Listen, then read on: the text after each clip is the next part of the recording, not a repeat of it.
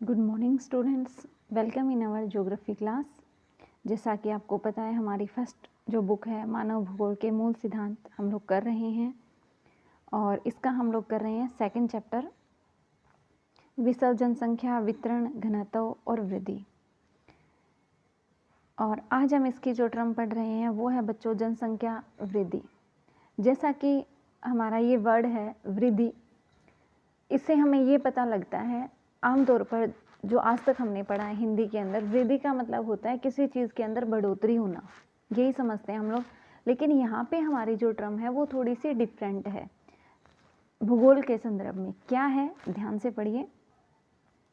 जनसंख्या वृद्धि अथवा जनसंख्या परिवर्तन का अभिप्राय किसी क्षेत्र में, ध्यान से पढ़ना, किसी क्षेत्र में समय की निश्चित अवधि के दौरान बसे हुए लोगों की संख्या में परिवर्तन है। इन्होंने ये नहीं कहा बढ़ोतरी है, क्या कहा, परिवर्तन है। परिवर्तन का मतलब चेंज होना, और वो चेंज कैसा, यह परिवर्तन धनात्मक भी हो सकता है और ऋणात्मक भी हो सकता है। धनात्मक होता है पॉजिटिव और ऋणात्मक होता है नेगेटिव। इसे निरपेक्ष संख्या अथवा प्रतिशत के रूप में अभिव्यक्त किया जा सकता है। जनसंख्या परिवर्तन किसी क्षेत्र की आर्थिक प्रगति, सामाजिक उत्थान, ऐतिहासिक और सांस्कृतिक पृष्ठभूमि का महत्वपूर्ण सूचक होता है। इसी के संदर्भ में हम कुछ एक डेफिनेशन है वो पढ़ेंगे। जनसंख्या भूगोल की कुछ आधारभूत संकल्पनाएं। क्या है जनसंख्या, जो भूगोल, जनसंख्या भूगोल एक वर्ड हम पढ़ेंगे आगे, जनांकिकी है, वो भी जनसंख्या भूगोल से ही संबंधित वो वर्ड है, तो उसको भी आप लोग ध्यान रखेंगे। क्या है, सबसे पहले जनसंख्या वृद्धि दे रखी है।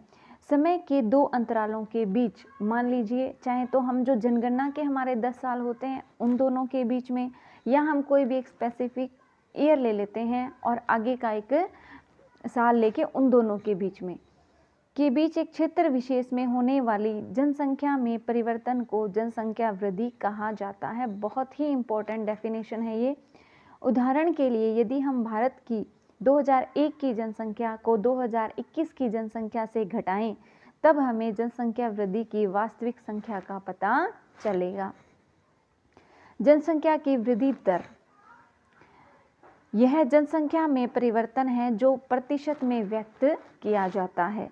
जनसंख्या की प्राकृतिक वृद्धि, किसी क्षेत्र विशेष में दो समय अंतरालों में जन्म और मृत्यु के अंतर से बढ़ने वाली जनसंख्या को उस क्षेत्र की प्राकृतिक वृद्धि दर कहते हैं।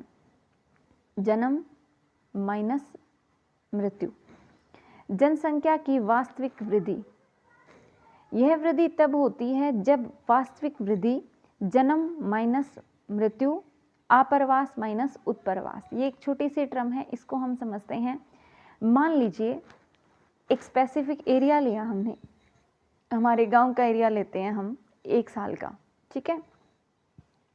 1 साल के अंदर 50 बच्चों ने जन्म लिया, ठीक है, और हमारे गांव में 40 लोगों की डेथ हुई, ठीक है। तो प्लस में कितने हो गए, 10, ठीक है। उसके बाद